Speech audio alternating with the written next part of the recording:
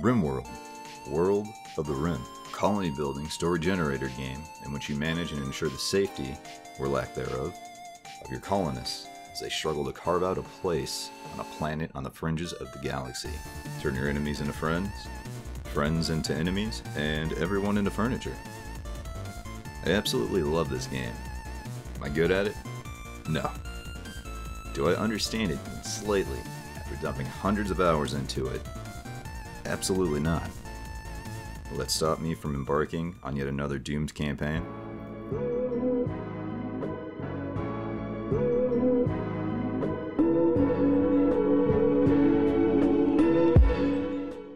Our ideology is created, centered around eldritch abominations and cannibalism.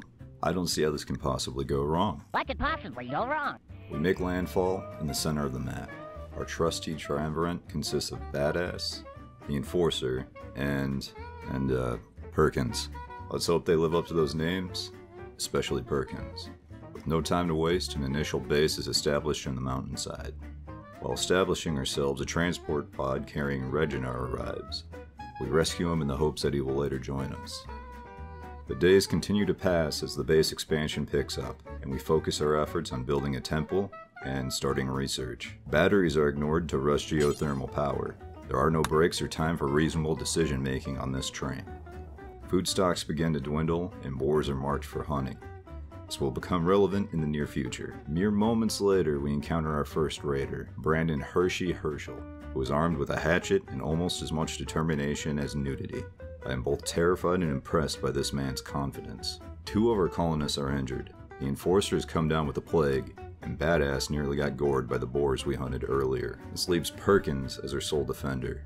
And no offense to Perkins, but I would rather this colony live to see another day.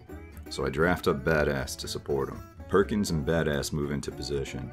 Perkins cannot hit the broadside of a barn, and I am filled with parental levels of disappointment. Luckily, Hershel here suddenly remembers that he left the oven on and decides to return home. After being lectured about the importance of fire safety, Hershel finally launches his assault.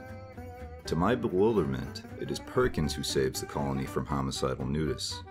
Meat is back on the menu, boys. Our temple to the old ones is nearing completion. I can only hope that this finally removes the low corruption alert in the message queue. After a few hours, I check up on our research progress. To my surprise, we've apparently not even begun to research geothermal power. Upon checking work priorities, I realize that I have not prioritized it. My incompetence knows no bounds. Not long after reprioritizing research, I receive a notification that we are starving. I have not been in this dilemma since college, but I've yet to encounter a problem which cannot be solved through cannibalism. Luckily, neither fate or the Elder Ones intervene, and we are saved by food literally falling from the sky. Were I so lucky in college, but I digress. Our colony pet Nugget dies, the victim of predatory dinosaurs in the area.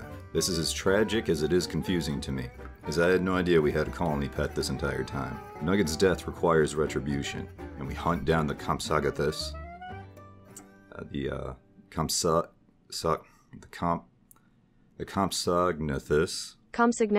responsible. The little chicken-looking dinosaurs from Jurassic Park. Nugget is finally avenged, and subsequently butchered by accident. Our colony hero Perkins catches the plague. I do not know how this happened, as we live in incredibly sanitary conditions, in a cave, with uncleaned and bloody floors. Between the plague and a lack of recreational activity, Perkins is driven to the brink. To sate his desire for recreation, we build a horseshoes pen. This will surely give dying for the plague a run for its money in terms of entertainment value. Perkins was apparently not a fan of horseshoes and instead decided to stick with dying of the plague. It wasn't the choice I would have made, but I respect a man who sticks to his commitments. We begin funeral preparations by constructing a tomb to house the immortal soul of Perkins.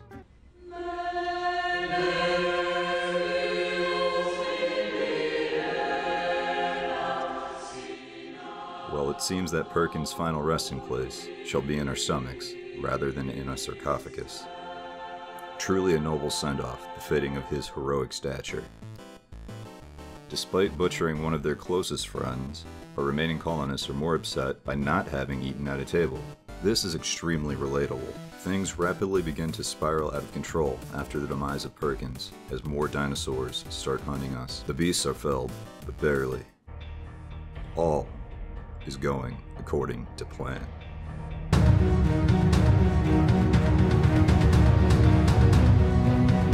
Wait a minute. What the f happened to Reginar?